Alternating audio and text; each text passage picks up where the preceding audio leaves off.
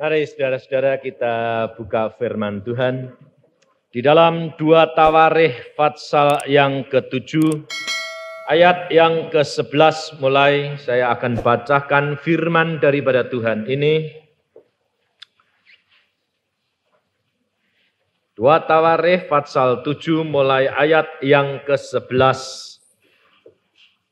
sampai dengan ayat yang ke-22. Demi saudara-saudara yang kasih dalam Tuhan, pada hari ini siswa-siswa ini tadi sudah menyanyi, menyembah, menyerahkan dirinya di dalam tangan Tuhan. Saya tidak tahu kalau hari ini ada penamatan siswa-siswa saudara. Tapi saya hanya berdoa apa Tuhan yang Engkau mau berikan kepada anak-anakmu di gereja Bibis ini. Dan Tuhan mengatakan bawa firman-Ku ini. Saudara, firman ini luar biasa Allah itu. Karena apa? Di dalam ayat yang 11 dikatakan, Salomo menyelesaikan rumah Tuhan dan istana raja dan berhasil melaksanakan dalam rumah Tuhan dan dalam istana segala sesuatu yang timbul dalam hatinya. Yesus berkata, kita ini siapa? Tubuh kita ini siapa? Bait Allah. Jikalau siswi-siswi tadi berkata, aku menyerahkan hidupku Tuhan ke dalam tangan-Mu, saudara dan saya, saudara belajar dari firman Tuhan hari ini. Kita dapat menyerahkan hidup kita, tubuh kita, pikiran kita kepada Tuhan pada saat seperti siswi-siswi, seperti Salomo selesai membangun. Tetapi firman Tuhan telah berkata, ada dua perkara yang saudara harus perhatikan. Yang satu apabila engkau menurut, yang satu apabila engkau menolak. Perhatikan saudara.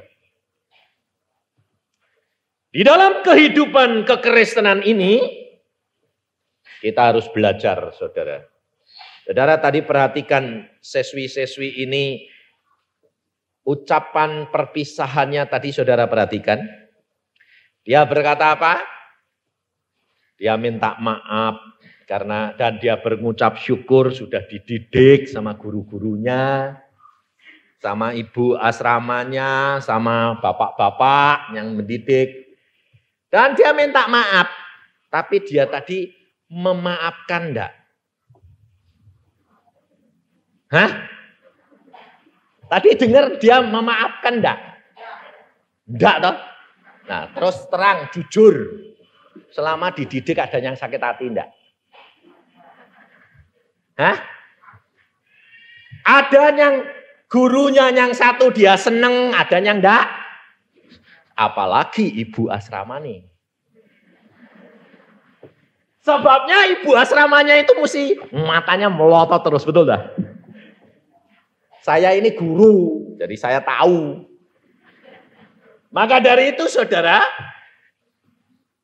harus sadar bahwa kita ini minta maaf boleh, tapi kita harus memaafkan. Katakan sama gurumu, sama bapak, kalau kami minta maaf Pak, Ibu, tapi juga kami mau memaafkan kalau ada yang perlu dimaafkan karena sakit hati. Loh. Kalau sakit hatinya ini tidak dibuang, tidak ditinggal, saudara melayani tetap bawa enggak? Hati-hati. Yesus berkata apa? Ampuni, maka kamu akan diampuni. Loh. Hidup kekristenan ini saudara, kita harus menjadi pelaku-pelaku firman. Satu, kedua, kita harus tahu ada jaminan dari Yesus. Tapi jaminan yang bagaimana yang saudara kehendaki? Karena di dalam firman Tuhan ini jelas dikatakan ada dua perkara tadi yang disodorkan oleh Tuhan. Apabila kamu menurut, ini kamu dapat ini. Aku akan mendengar, mataku sejak saat ini tertuju kepada tempat ini, kepada bait Allah ini. Mata Tuhan tertuju kepada saudara dan saya. Mata Tuhan tertuju kepada siswi-siswi yang mau melayani Tuhan. Tetapi, ada tetapinya saudara. Jangan enak-enak. Kalau engkau, di dalam ayat ini, di dalam ayat yang ke-14, dan umatku yang atasnya namaku disebut merendahkan diri. Saudara tahu, rendah hati adalah pangkal segala-galanya. Keberhasilan kekristenan adalah rendah hati. Dan rendah hati ini bukan hal yang gampang, saudara. Karena kalau orang rendah hati, umpamanya salah satu contoh. Saudara dikatakan bodoh. Kira-kira saudara sakit kesinggung hatinya mak gereng enggak? Meskipun memang bodoh. Ayo. Kira-kira kena enggak? Hah? Tapi kalau orang pinter dikatakan bodoh, sakit hati enggak?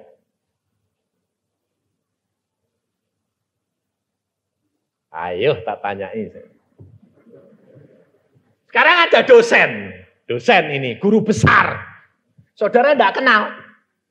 Lalu dia jalan, lalu ngomong-ngomong, lalu orang bilang, kamu sih enggak ngerti, bodoh. Nah, dosennya kesinggung atau malah ketawa? Ketawa. Kenapa dia ketawa? Karena dia tahu dirinya pinter. Maka dari itu saudara, kalau engkau kenal Yesus, sudah jadi anaknya Yesus, Yesus itu raja di atas segala raja. Lah kalau kamu anak-anak pangeran dikatakan anak apa bodoh, ya biarin toh masa bodoh. Yang penting kan aku anak Yesus. Betul enggak? Nah, kalau masih kesinggung, anaknya siapa? Saudara tahu kita harus menyadari kedudukan kita. Di dalam kehidupan kekristenan ini kita harus sadar. Kita dari lembah dosa diangkat menjadi anak-anak Yesus. Anak-anak Allah yang maha tinggi. Kita punya kedudukan, tetapi kita harus mempunyai jaminan yang dijamin oleh Yesus seperti apa yang dikatakan oleh Alkitab di dalam pengalaman daripada Rasul Petrus. Coba kita lihat, saudara. Di dalam Lukas 22 ayat yang ke-31 dan 32. Lukas 22, 31 dan 32. Simon, Simon, lihat, iblis telah menuntut untuk menampi kamu seperti gandum. Tetapi aku telah berdoa untuk engkau, supaya imanmu jangan gugur. Dan engkau, jikalau engkau sudah insyaf, kuatkanlah saudara-saudaramu. Saudara tahu? Simon Petrus ini pertama kali datang kepada Tuhan Yesus. Tuhan Yesus berkata apa? Di atas batu karang ini aku akan mendirikan sidang Jumatku. Tetapi ternyata Simon Petrus menyangkal Tuhan atau tidak? Di mana kekuatan daripada yang dikatakan oleh Allah bahwa dia adalah satu batu karang yang teguh? Tetapi kenyataannya pada waktu menghadapi Yesus disalib, Yesus dianiaya, Simon menyangkal Yesus. Padahal Alkitab sendiri, Yesus sendiri, Allah sendiri berkata, di atas batu karang ini Kita harus menyadari saudara tidak ada manusia yang sempurna kecuali Yesus. Karena Yesus adalah manusia yang sempurna karena Allah sendiri. Petrus yang dinubuatkan, yang dikatakan oleh Yesus sendiri, dia adalah satu batu karang yang kuat. Tetapi pada waktu menghadapi kenyataan penderitaan Yesus, dia menyangkal. Saudara lebih kuat Petrus atau lebih kuat saudara? Yesus pernah ngomong sama saudara, kamu batu karang yang teguh. Maka dari itu saudara, kita harus menyadari bahwa kita ini bait Allah yang tidak kekal. Yang mudah berubah. Dan hanya ada satu rahasia kekuatan. Yesus berdoa. Apabila Yesus berkenan kepada kita, apabila Yesus yang berdoa untuk kita, maka kita akan menjadi kuat seperti Dia. Saudara tahu? Kenapa kalau Yesus yang berdoa kok akan orang itu didoakan dan menjadi kuat seperti Dia? Karena Dia kuat dan setiap perkataannya jadi. Yesus sudah berkata, apa yang kamu katakan itu terjadi. Jadi kalau saudara mau menjadi orang yang diperkenan Allah, mendapatkan jaminan yang tidak ada keduanya adalah apabila engkau dapat menyebabkan Yesus berkenan di hatinya. Apa yang harus kita bayar? Pada waktu Salomo dia mendirikan bait Allah, dia minta doa dan Allah menemui dan berjanji matanya tertuju kepada bait Allah itu. Apabila bangsa Israel berbuat dosa dan dia merendahkan diri, aku akan mendengar doa mereka. Tetapi apabila ia memalingkan diri, maka aku akan buang. Dan aku akan hancurkan.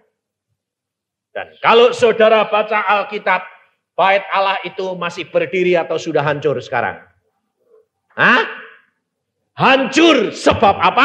Sebab Salomo yang berdoa. Salomo sendiri di akhir hayatnya, dia menyembah berhala.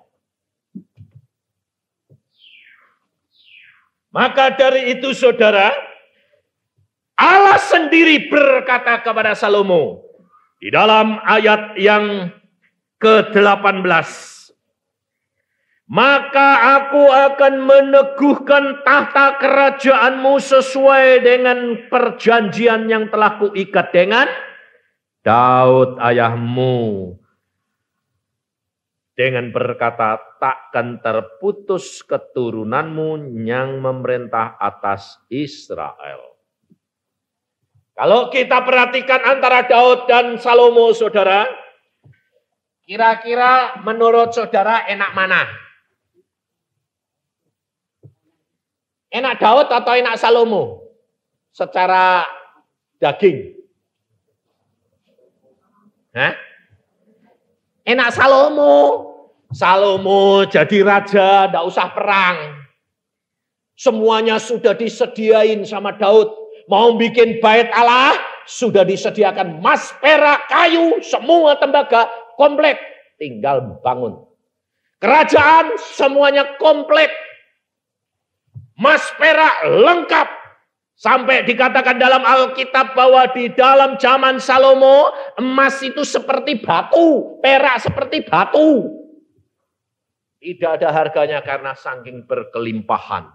Tapi zamannya Daud, perang terus, mencapai kedudukan dengan peperangan demi peperangan. Nah, saudara milih yang mana?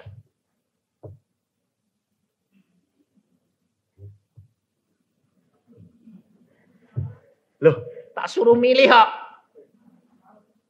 Ayo, milih Daud, perang terus. Ayo, mau milih mana? Salomo Enak. Akhirnya nyembah berhala. Saudara perhatiin, saudara belajar dari Yesus. Selama hidup Yesus di dalam dunia itu gambaran saudara dan saya. Harus saudara dan saya muridnya Yesus, saudara harus ngikut Yesus. Kok kepingin jadi Salomo, kepingin jadi Daud? Sebab saya ini pada waktu di dalam pengasingan pernah ditanya Tuhan. Waktu 40 hari saya doa puasa, kok 40 hari 3 bulan. Lalu di sana saya sudah diajari Tuhan 3 bulan, terus Tuhan bilang, Yusa, kamu kepengen jadi seperti siapa? Lalu saya ya mikir, kayak Musa. Musa tidak masuk Kanaan. Waduh, tidak jadi. Lalu saya bilang, kayak Daud. Daud perang terus dan jatuh dalam perjinaan. Waduh, tidak jadi. Kayak Salomo. Tuhan bilang, Salomo makmur hidupnya. Tapi akhirnya dia kebanyakan istri nyembah berhala. Nah, istrinya 1000. Mana ada? Ini berapa orang kira-kira ya? Hah? Sebagian besar istrinya Salomo, bayangin. Aku sampai bingung, istri kok 1000. Saya kira ketemu lupa. Iya toh? Ketemu mesti lupa. Coba kalau ibu-ibu ini kalau sudah jadi permaisuri, istrinya Salomo kan kaya, emas kan tidak ada harganya. Lah kan hari ini pakainya ini modelnya lain, besok lain lagi, betul enggak? Lah kalau modelnya lain lewat di tempatnya Salomo kan, siapa itu? Loh, betul enggak? Padahal istrinya dewek. Karena terlalu banyak. 1 aja enggak habis-habis kok 1000. Saudara tahu? Dan pada waktu Tuhan tanya saya minta ini, Tuhan bilang, semua ada kelemahannya. Demikian juga kamu. Saya ditunjuk Tuhan. Lalu saya bilang, lalu terus aku jadi apa? Lalu Tuhan berkata, minta kepada Bapakmu, Tuhan, jadikan aku sebagaimana aku ada. Seperti Yesus. Sebab apa? Sebab Yesus sudah milih saudara dan saya, lalu dia yang menyanggupkan saudara dan saya melakukan segala perkara. Jadi bukan kamu. Kalau sampai sekarang saudara masih merasa, aku berhasil, aku. Apalagi orang tua-tua ini yang sudah pengalaman. Bila selalu bilang, kalau sama anaknya bilang apa? Coba kalau enggak apa-apa. Aduh. Iya dah. Secara enggak sadar, tahu-tahu jadi sombong. Saudara tahu papa saya dulu waktu masih sekolah, papa saya kaya raya, papa bilang apa? Coba kalau enggak apa-apa. Enggak bisa punya segala macam ini. Pada waktu itu Tuhan Roh Kudus bicara sama saya. Aku akan ajar bapakmu. Saya bilang, Papa jangan sombong. Papa bilang, kamu masih kecil tahu apa. Lalu saya bilang, Pak, Tuhan tadi ngomong. Tuhan ngomong, Pak. Papa mau diajar. Papa saya bilang apa? Tuhan ngomong sama kamu. Ngomongnya bagaimana? Aku akan ajar bapakmu. Mana Tuhan bisa ngomong loh, saudara tahu. Padahal papa saya itu majelis, papa saya itu khotbah. Tapi saya dari kecil sudah berbicara dengan Yesus. Dan apa terjadi? Beberapa bulan kemudian ayah saya bangkrut. Habis ludes. Karena apa? Uangnya dibawa pulang ke RRC. Sama orang. Karena apa? Ada PP 10, orang Tionghoa Cina suruh pulang semua toh. Nah, modalnya bapak ditipu, dibawa pulang kabeh. Nah, setelah itu papa diem aja. Saya bilang, Pak, kenapa diem aja? Habis. Loh, katanya kalau bukan papa, enggak habis. Sekarang kok habis? Iya. Nah, saudara perhatikan, Salomo dia disediakan semua segala-galanya oleh Daud. Tetapi pengkhotbah itu karangannya siapa? Salomo. Ungkapan hatinya siapa? Salomo. Apa kata Salomo? Segala sesuatu sia-sia. Apakah Daud pernah berkata segala sesuatu sia-sia? Tidak. Kenapa? Karena Daud selalu perang terus, menang terus. Tapi Salomo menikmati yang enak-enak, akhirnya dicoba semuanya sia-sia. Loh. Saudara tahu? Jikalau saudara hidup saudara kekristenan saudara dibiarkan Tuhan menghadapi tantangan demi tantangan, ucapkan syukur karena kamu sedang dilatih perang. Nah, kalau perang kepengen menang enggak? Kalau menang seneng enggak? Maka dari itu, tapi kalau semuanya sudah tersedia, ada peperangan enggak? Senengnya apa? Senengnya apa? Paling-paling memboroskan segala sesuatu yang kamu punya, betul? Dan akhirnya semuanya kosong dan membosankan. Ini hidup di mana saudara diserahkan untuk memilih. Maka dari itu saudara dan saya harus berjuang untuk mencapai apa? Bagaimana menyenangkan hatinya Tuhan. Sampai keluar ucapan dari Tuhan, jaminan Tuhan untuk saudara dan saya. Tetapi apabila firman Tuhan berkata, jika kamu, hati-hati. Berarti engkau belum sampai ke dalam suatu jaminan yang Tuhan berkatakan. Aku berdoa untuk kamu. Aku jamin kamu mampu melakukan hal itu. Maka jikalau dia berkata, aku jamin, dia akan menjamin. Dan engkau tidak akan terhilang. Maka pada waktu setelah pendidikan saya sadar bahwa saya tidak akan mempunyai kemampuan untuk melakukan firman Tuhan. Dan pada waktu itu setan bertanya kepada saya dan dia apa? Menyerupai Tuhan Yesus. Saya sampai kaget, saudara. Suaranya pun persis Tuhan Yesus. Loh, kalau orang kumpul terus, itu bisa niruin enggak? Bisa sama enggak? Hah? Contohnya, anakmu pelihara suster. Susternya cerewet, anakmu jadi cerewet enggak? Meskipun bapak ibunya diem. Saudara tahu? Maka dari itu setan ini sudah pernah kumpul dengan Allah. Dan dia dapat menirukan suara Yesus. Dia datang dengan suaranya Tuhan Yesus. Nyebut saya ya Yusa, kurang ajar. Dia bilang gini, Yusa, halus lagi.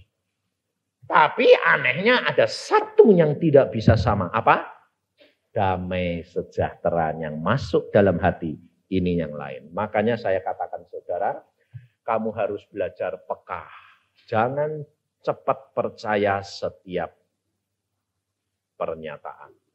Ujilah tiap-tiap ruh, kata firman. Maka pada waktu setan berkata, Yusa, saya bilang, oh Tuhan datang. Saya sembahyang. Apa Tuhan? Saya bilang, kamu sudah aku didik, kurang ajar gak? Kamu sudah dididik oleh Tuhanmu. Kamu sudah diajarin, kamu sudah dibuat gini, kamu dipanggil, kamu dilengkapi gini. Tugasmu satu, melakukan firman Tuhan dengan benar. Bayangin, kelihatannya baik enggak? Dituntut cuma satu, menjadi pelaku firman, menggenapkan firman dengan benar. Dan setiap firman Tuhan harus kamu lakukan dengan benar. Saya sendiri hampir jawab ya, saudara. Sebabnya apa? Sebab saya ini dulu dokter dilantik. Lalu disuruh berjanji. Saya berjanji, saya akan melakukan segala tugas dengan baik dan benar, betul tak? Nah saya pikir, loh ya aku sudah dididik Tuhan. Sekarang saya suruh berjanji, ya logis. Untung mulutnya belum kepurucut jawab. Pada waktu itu saya sudah diajar Tuhan berdoa segala perkara. Saya berdoa Tuhan Roh Kudus. Saya jawab apa? Makanya saudara, hamba-hamba Tuhan, calon-calon hamba Tuhan, jangan merasa kamu sudah lulus, kamu mampu, pakai akalmu dewek, gagal kamu nanti, frustrasi kamu nanti, bodol, gepeng. Menyandarkan Roh Kudus itu satu-satunya yang tidak dapat ditipu. Pada waktu saya berdoa Tuhan Roh Kudus, apa yang saya harus jawab? Roh Kudus ngomong, jangan cepat-cepat jawab. Loh, kaget aku. Loh Tuhan, ikut Tuhan Yesus kok tidak boleh jawab? Jangan cepat-cepat jawab. Kaget saya. Waduh, kalau gitu lain ini. Saya bilang ini mungkin siapa ini? Saya bilang, terus Roh Kudus saya tanya, sebabnya apa? Tanya. Lalu Tuhan Roh Kudus ngomong, yang didik kamu siapa? Yesus. Yang mimpin kamu siapa? Yesus. Yang manggil kamu siapa? Yesus. Yang memberi kekuatan kamu siapa? Yesus. Yang mencukupi keluargamu siapa? Yesus. Lah kok Yesus? Semua Yesus. Jadi, oh ya ngerti aku. Lalu akal ini harus digunakan. Oh ngerti aku. Apa? Ya dia yang jamin aku, kok aku malah dia minta jaminan aku. Ya kualik. Saya bilang, Tuhan, dia yang harus jamin saya. Ya, omong. Nah, saya bilang, Tuhan Yesus. Meskipun saya belum tahu kalau itu bukan Tuhan Yesus. Tidak peduli. Tuhan Yesus, Engkau harus jamin aku. Bukan aku yang jamin harus bisa. Waktu itu muncul satu lagi Tuhan Yesus yang sebenarnya. Baru dia bilang, setan, engkau dengar jawaban hambaku? Kaget, loh kok ada Yesus juga? Baru di situ setannya lari. Saya bilang, loh Tuhan, mengapa engkau biarkan dia menipu aku? Dia mau mencoba engkau. Adakah engkau mampu rendah hati dan bergantung kepadaku?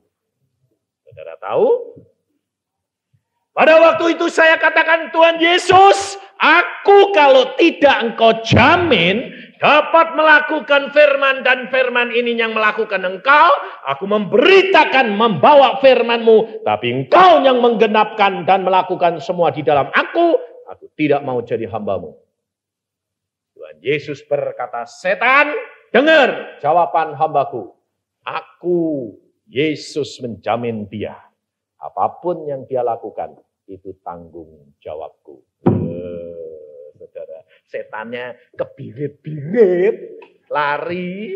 Lalu sekarang kalau saya mulai dituduh, mulai dihakimi, mulai dikata-katakan, saya diam saja, saya bilang, Tuhan, bukan aku yang melakukan, tapi engkau di dalam aku. Masa bodoh. Saudara tahu?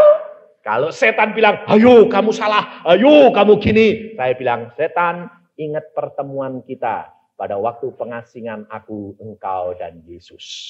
Setannya lari, saudara tahu. Kenapa? Karena dia tahu yang menjamin saya siapa? Yesus. Saudara, hidup kekristenan kita harus menuju sampai kepada jaminan Yesus secara pribadi. Karena firman Tuhan ini diberikan sebagai logos. Logos adalah firman Tuhan untuk umum, bukan rema. Tetapi firman Tuhan ini bisa menjadi rema apabila engkau sudah mendengar sendiri pribadi perjanjian dengan Yesus. Maka dari itu kita harus berjuang. Kita harus berusaha. Rasul Paulus berkata kita harus berlomba. Siapa yang akan mencapai finish?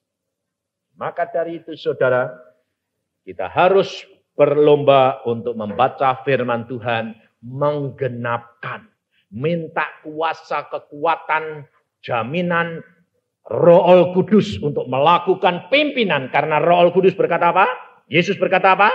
Roh Kudus aku berikan kepadamu dan dia akan tinggal di dalam dirimu dan dia akan memimpin kau dalam seluruh kebenaran. Jadi kalau saudara selalu berjalan dengan Roh Kudus, dengan membaca banyak firman Tuhan, kau akan dipimpin, mesti dapat melakukan firman Tuhan. Dan kau akan sampai kepada kebenaran. Dan Yesus nanti berfirman. Kenapa? Karena kalau kamu menjadi pelaku firman, Yesus berkata apa? Kalau engkau mengasihi aku, engkau akan melakukan segala firman. Itu tandanya kalau saudara ini mengasihi. Contohnya saudara dulu ini, bapak-bapak ini kalau jatuh cinta sama ibu-ibu dulu waktu belum kawin, janjine muluk-muluk enggak? Nanti kalau kita sudah kawin, tak beli ini. Kira-kira digenapi semua pada? Hah? Enggak toh? Sebabnya apa?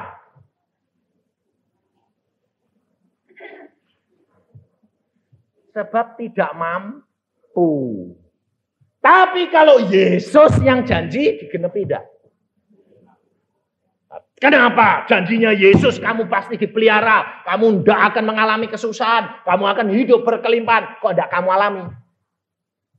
Kenapa? Yang nggak genepi Yesus atau yang nggak bisa nerima? Karena kamu yang nggak bisa nerima. Kenapa?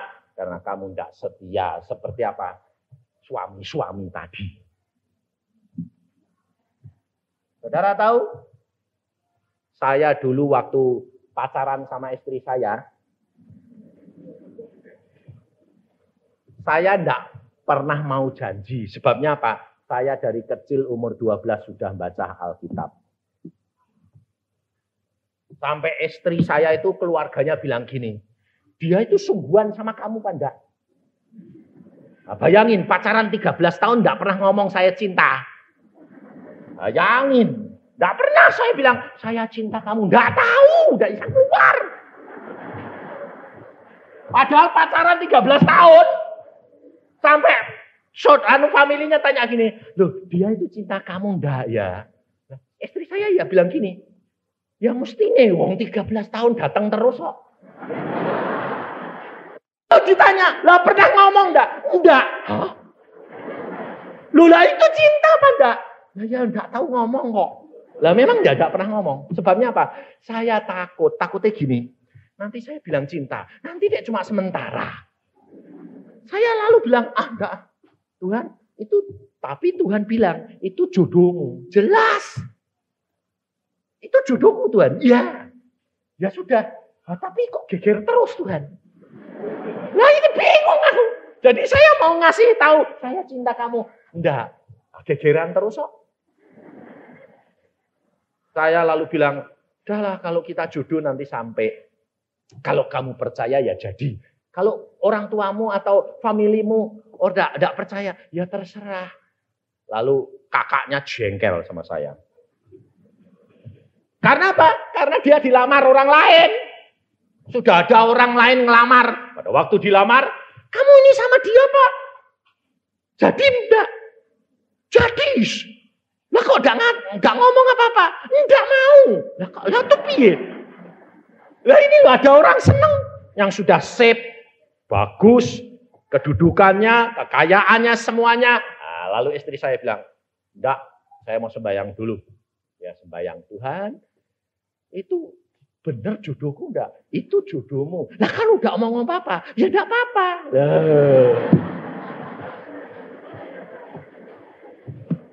Dan akhirnya semua ditolak, dia mau saya. Kenapa? Karena Yesus yang menetapkan segala-galanya.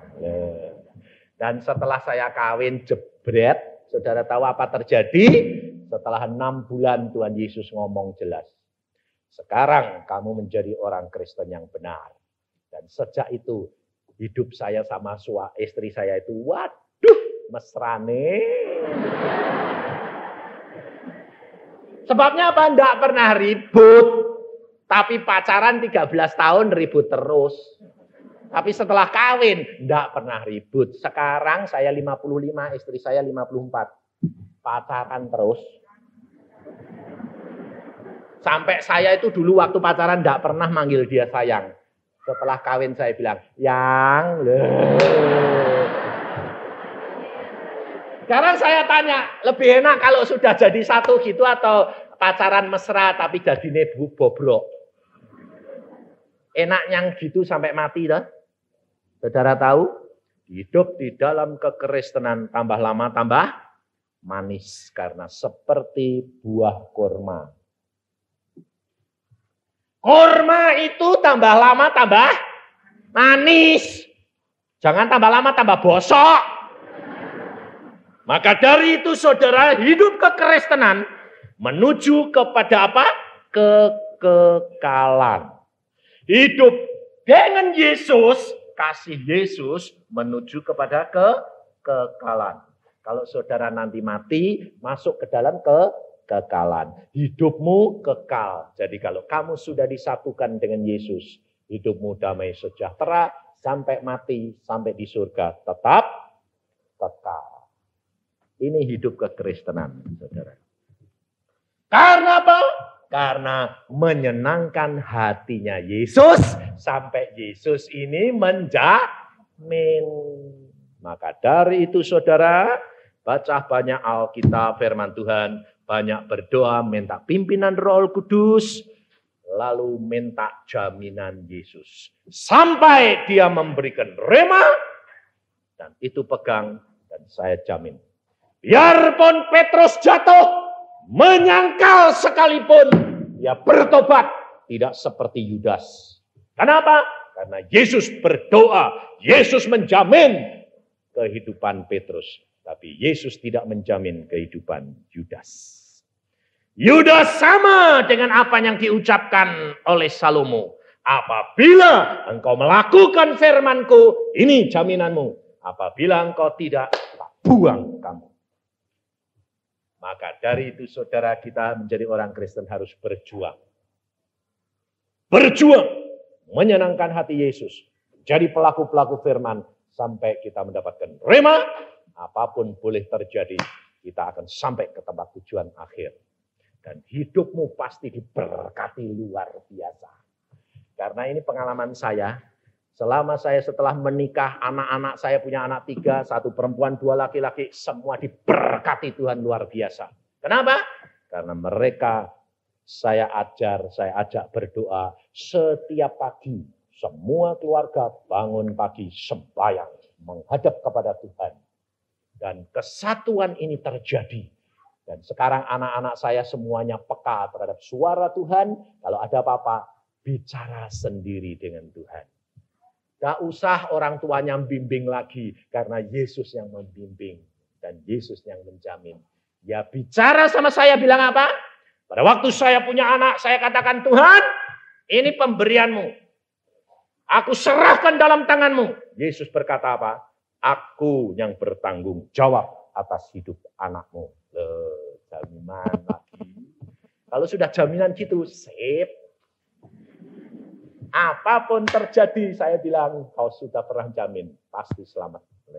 Saudara, tahu bahwa hidup manusia ini tidak ada yang baik kecuali Yesus. Maka dari itu, usahakan, berjuang untuk mendapatkan jaminan Yesus secara pribadi. Amin. Mari kita berdoa.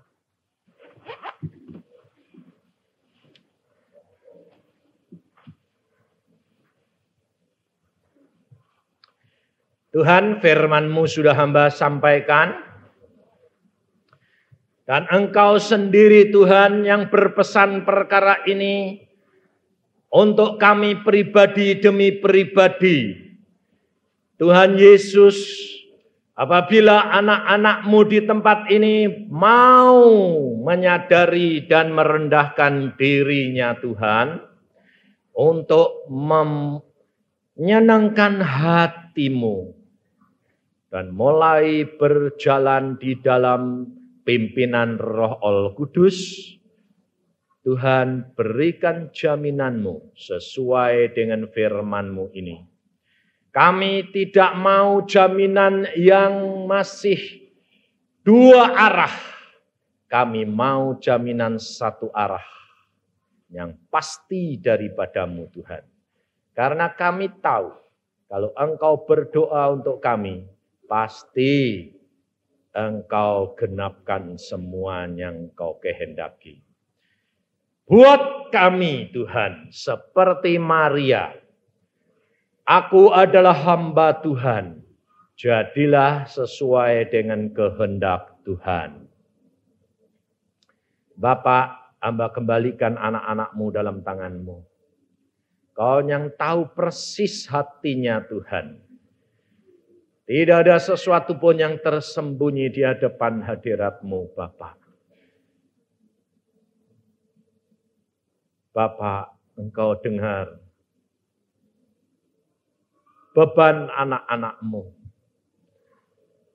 Mengapa masalah anak-Mu tidak selesai-selesai Tuhan? Ampuni, ampuni, ampuni Bapak, ampuni Bapak. Ya karata syakataku yuki ya karata syakataku ya katakai yuki ya. Yesus, Kaulah segala-galanya bagi kami Tuhan.